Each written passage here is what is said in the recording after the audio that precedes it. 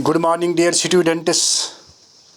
Today, our topic is once again pronouns, and today the pronouns has been taken from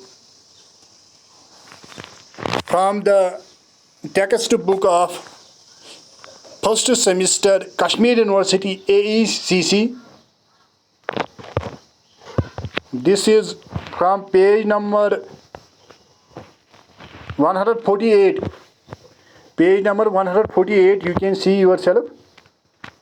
And today is the last topic from this textbook, and then I have to teach you once again the sounds and pronunciation and stress that I will teach you, but this will be the last topic for the first semester AECC.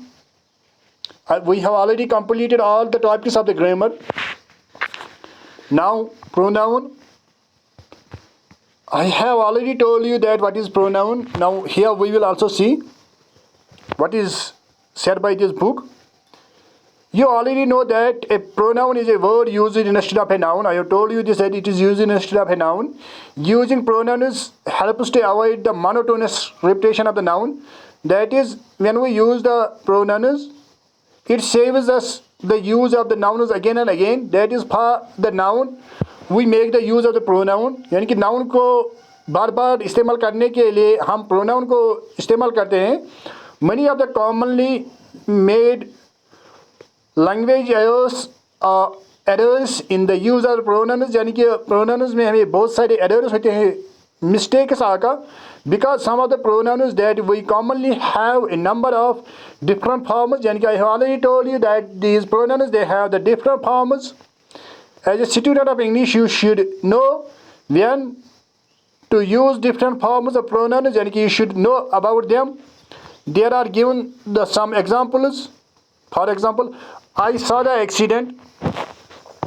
Here, I saw the accident. Here, the pronoun I is subjective, because I already told you that subject is that we perform the work. Maria saw me at the gate. The pronoun me here is the object, because upon it work is done. He won the second prize. The pronoun he here is subjective. We met him in the park. The pronoun him is the object of met. In the first sentence, the pronoun I is used as a subject of the sentence. When this same pronoun is used as the object of the verb, the form changes. यानी कि you have to remember that when we use the pronoun, they may change as subject or as object, they may change their form. जैसे कि यहाँ I as subject इस्तेमाल हुआ है और me as object इस्तेमाल हुआ है. इसी तरह he के बदले हम him इस्तेमाल करते हैं. अब काइंडनेस ऑफ प्रोनाउन तो ये हमने पढ़े थे. There are five kinds of pronoun. Personal pronoun. One second.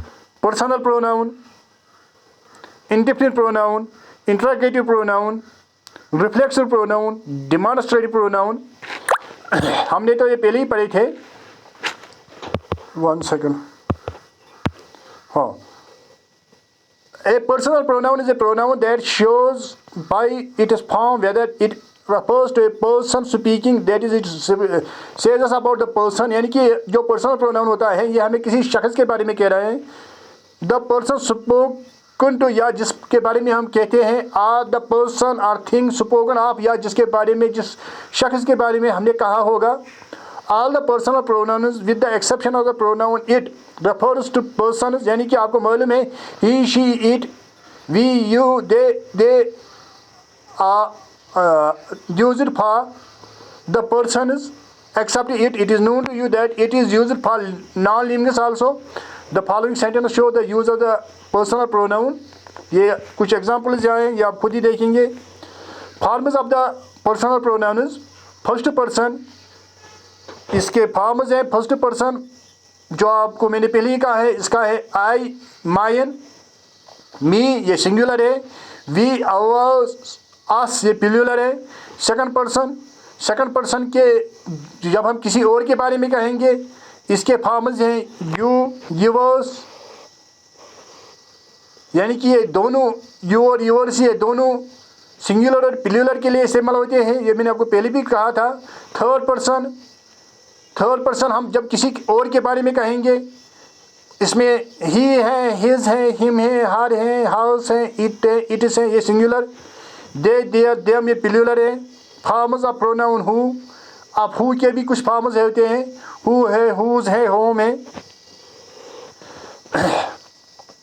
कभी कभी हम, जैसे हमने इससे पहले भी पढ़ा, रिफ्लेक्सिव प्रोनाउन में सेल्फ और सेल्वस इस्तेमाल करते हैं तो वो कंपाउंड प्रोनाउन बनाते हैं।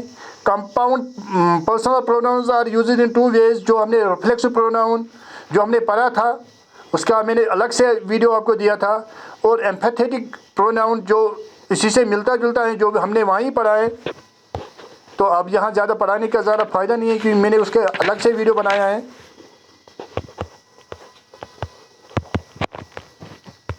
हाँ, आप ये खुद ही देखेंगे अपने टेक्स्ट बुक से या यहाँ से भी ये एग्जांपल्स, यहाँ आप स्क्रीनशॉट भी उठा सकेंगे अगर आपके पास टेक्स्ट बुक नहीं होगी, यानी कि करेक्ट क्या है, इनकरेक्ट क्या है। अब इंटरोगेटिव प्रोनाउंस में आपको मैंने पहले ही कहा है कि ये क्वेश्चन पूछने के लिए इस्तेमाल होते हैं। मिसाल के लिए हु के बदले हम हुज भी इस्तेमाल करते हैं, होम भी इस्तेमाल कर सकते हैं। तो यहाँ इसके कुछ एग्जांपल्स हैं। इसी तरह डिमॉन्स्ट्रेटिव प्रोनाउंस, मैंने आपको पहले ही कहा है कि डिमॉन्स्ट्रेटिव प्रोनाउंस पिन पॉइंट करते हैं, किस पर्सन के बारे में कहते हैं, किस प्लेस के बारे में कहते हैं, किस जगह के बारे में कहते हैं।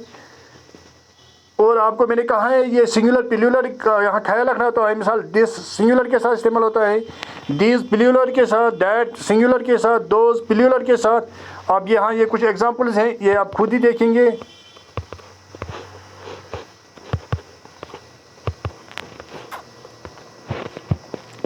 इसी तरह है indefinite pronoun.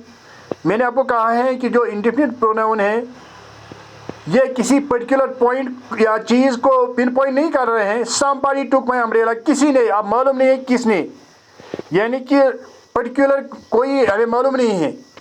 Are a few entered in the auditorium, यानी कि कुछ, आप मालूम नहीं कितने, कौन। इसी तरह है और एक रिलेटिव प्रोनाउन में ये रिलेशन दिख रहा है, कौन, किसने किया। मिसाल के लिए हु, विच, दैट। और आपको मालूम है, जो मैंने आपको पहले पढ़ाया भी था, कि हु जो होता है उसकी फॉर्म्स है हुज या होम, ये उसका ख्याल रखना है आपको। और ये भी मैंने आपको पढ़ाया है, who is used with antecedent as a person, यानी कि पर्सन के लिए इस्तेमाल होता है। दैट दोनों चीज़ों के लिए इस्तेमाल होता है, पर्सन्स और थिंग्स के लिए। और विच जो होता है वो मतलब पर्सन के बगैर बाकी के साथ इस्तेमाल होता है, नॉन लिविंग्स के साथ। तो ये मैंने आपको पढ़ाया है। और इसी तरह मैंने आपको रिलेटिव प्रोनाउन में कहा है कि कंपाउंड रिलेटिव प्रोनाउन से, मिसाल के लिए जहाँ दो या दो से ज़्यादा विच आवा होगा, हूसोएवर होगा, तो इनको कंपाउंड प्रोनाउन कहते हैं। मैंने ये वीडियो जल्दी बनाया क्योंकि मैंने आपको ये पहले ही पढ़ाया है। अब मैंने इसलिए आपको यहाँ ये डिस्कस किया है क्योंकि आपको फिर कल कहेंगे सर आपने हमें अपने किताब से नहीं पढ़ाया है, तो इसीलिए मैंने आपको आपके बुक से पढ़ा है, AECC है। तो इसी तरह वंस अगेन हमने फर्स्ट सेमिस्टर AECC का ग्रामर कंप्लीट किया है। अब मैं आपको वीडियो भेजूँगा टेक्स्ट का और इंग्लिश, जनरल इंग्लिश का फर्स्ट सेम का। तो हमने इसी तरह ये कंप्लीट किया है। अब आपका रह रहा है, क्या कहते हैं इसको, साउंड्स, यानी कि फोनेटिक्स, और फोनेटिक्स में ही स्ट्रेस, तो वो भी मैं पढ़ाऊँगा। अब उतने ही आपको रहा है, वो स्पीकिंग में रहा है। बाकी ग्रामर आज आपका कंप्लीट हो गया है। Thanks. I hope that now you will recapitulate what ever I have taught you. जो भी मैं आपको पढ़ाया आप इसको आप रिकैप्चुलेट करेंगे, वीडियोस बार बार देखेंगे, उससे आपको मदद होगा।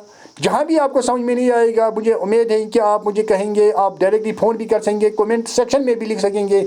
और मैं आपको बार बार कह रहा हूँ कि जो फीडबैक है, फीडबैक कंपलसरी है।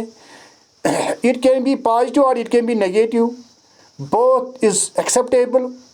Criticism is necessary for the life, क्योंकि इंसान तो सीखता है तब जब इंसान को पता चलेगा कि मुझ में कौन सी गलतियाँ हैं। मगर गलतियाँ खुद अपने आप में नज़र नहीं आ रहे, तो उसके जो दोस्त होते हैं वो इसको कह रहे हैं कि आपकी कौन सी गलती है। वो उसको दोस्त वो होता है जो इंसान को सामने कहेगा कि आपने कौन सी गलती है। और दुश्मन वो होता है जो पीछे कहता है। और मुझे उम्मीद नहीं कि आप सब मेरे दोस्त हैं और आप मेरे कमेंट में फीडबैक में मुझे अपनी सजेशंस देंगे। I hope that you will make the comment, you will send the comments and you will like. Thanks. Okay, bye.